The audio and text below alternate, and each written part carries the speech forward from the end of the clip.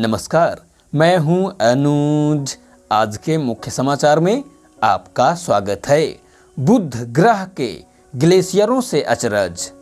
सौर मंडल में पृथ्वी के अलावा दूसरे ग्रहों पर जीवन की संभावनाएं तलाश रहे विज्ञानियों का ध्यान अब बुध की तरफ गया है। उन्होंने सौर मंडल के सबसे छोटे ग्रह के उत्तरी ध्रुव के पास लवण युक्त ग्लेशियरों की खोज की है, जिससे यह संभावना बढ़ गई है कि सूर्य का निकटतम ग्रह जीवन की मेजबानी करने में सक्षम हो सकता है।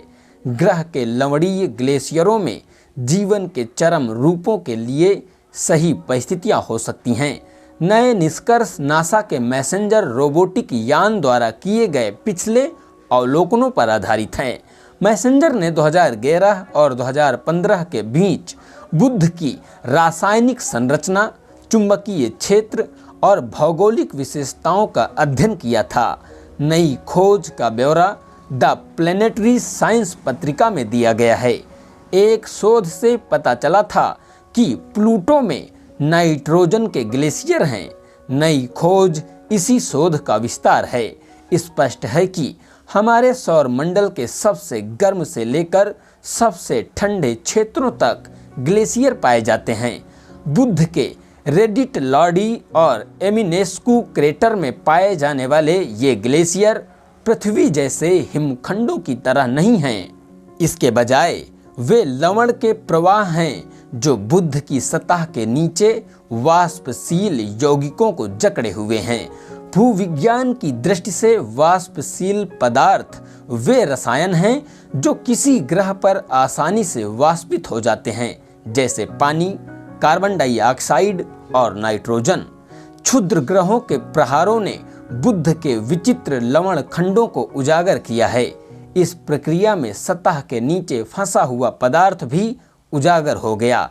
यही वजह है कि विज्ञानियों ने इन्हें क्रेटरों में खोजा। सूर्य से निकटता के कारण बुध पर ग्लेशियरों का पाया जाना सचमुच आश्चर्यजनक है। यह ग्रह पृथ्वी की तुलना में सूरज से 2.5 गुना अधिक निकट है।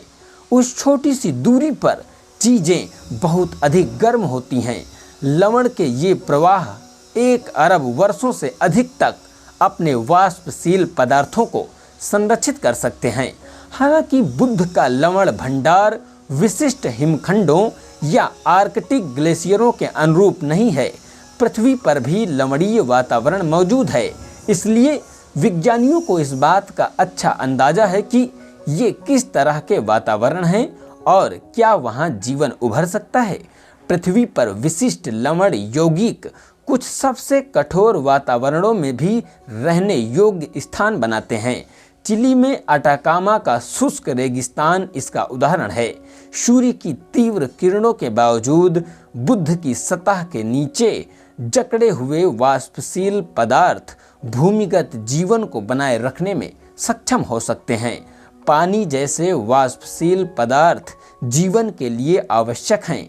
यदि बुध पर जीवन हो सकता है तो बुध जैसे बाहरी ग्रह उन विज्ञानियों के लिए अधिक आकर्षक हो सकते हैं जो पारलौकिक जीवन की तलाश कर रहे हैं। ग्रह के लवणीय ग्लेशियरों में जीवन के चरम रूपों के लिए सही परिस्थितियां हो सकती हैं। बहुत बहुत धन्यवाद।